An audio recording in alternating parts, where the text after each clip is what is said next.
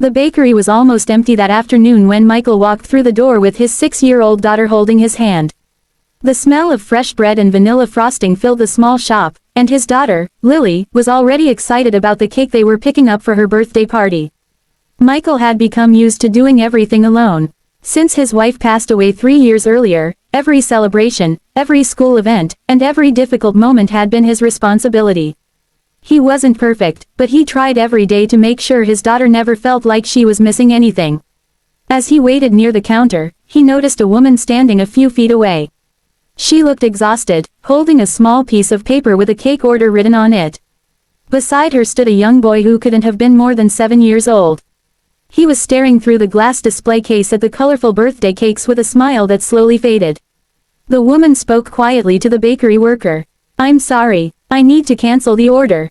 The employee looked surprised. "Are you sure? The cake is already prepared." The woman looked down and forced a smile. "Yes, I thought I could manage it, but I can't. Maybe next year." The little boy immediately looked up. "But Mom, you said I was going to have a dinosaur cake."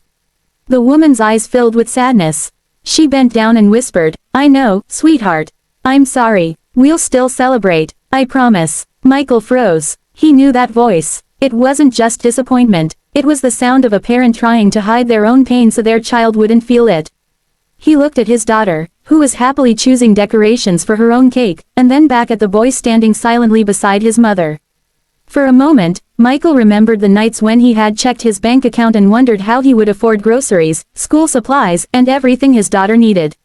He remembered the feeling of wanting to give your child the world but only having enough for the basics. Before he could overthink it, Michael walked toward the counter. "Excuse me," he said. The woman turned around. Michael smiled and pointed toward the cake order. "Is that the dinosaur cake?" She looked confused. "Yes, but we're canceling it." Michael looked at the bakery worker. "Actually, I'd like to pay for it." The woman immediately shook her head. "No, you don't have to do that." "I know," Michael replied. "I want to." She looked embarrassed. "I can't accept that. It's too much." Michael smiled gently. "My daughter is having a birthday today too. And I know how much these little moments matter to kids. They remember feeling loved. They don't remember the price tag." The little boy looked at his mother, then at Michael. "Does that mean I still get my dinosaur cake?" Michael nodded. "Yes, you definitely do." The boy's face instantly changed. The sadness disappeared, replaced by the biggest smile Michael had seen all day. The mother turned away for a second, trying to hold back tears. But she couldn't. A few seconds later, tears rolled down her cheeks. "I don't know how to thank you," she whispered. Michael shook his head. "You don't need to thank me. Someday, when you have the chance, do the same for someone else." The woman wiped her eyes and nodded. "I will, I promise." When Michael left the bakery with Lily, his daughter looked up at him. "Dad, why was that lady crying?" Michael smiled. "Because sometimes people cry when they finally realize they aren't alone." A week later, Michael received a small envelope in the mail. Inside was a handwritten letter from the mother and a drawing from her son. The letter said, "That day wasn't just about a cake.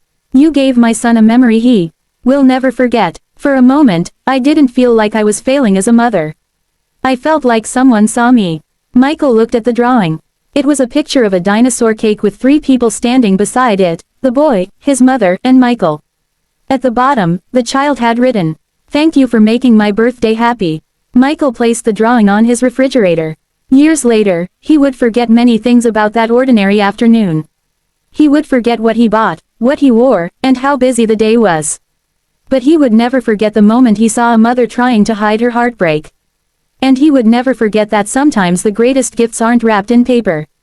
Sometimes, they are simple acts of kindness that remind someone they matter.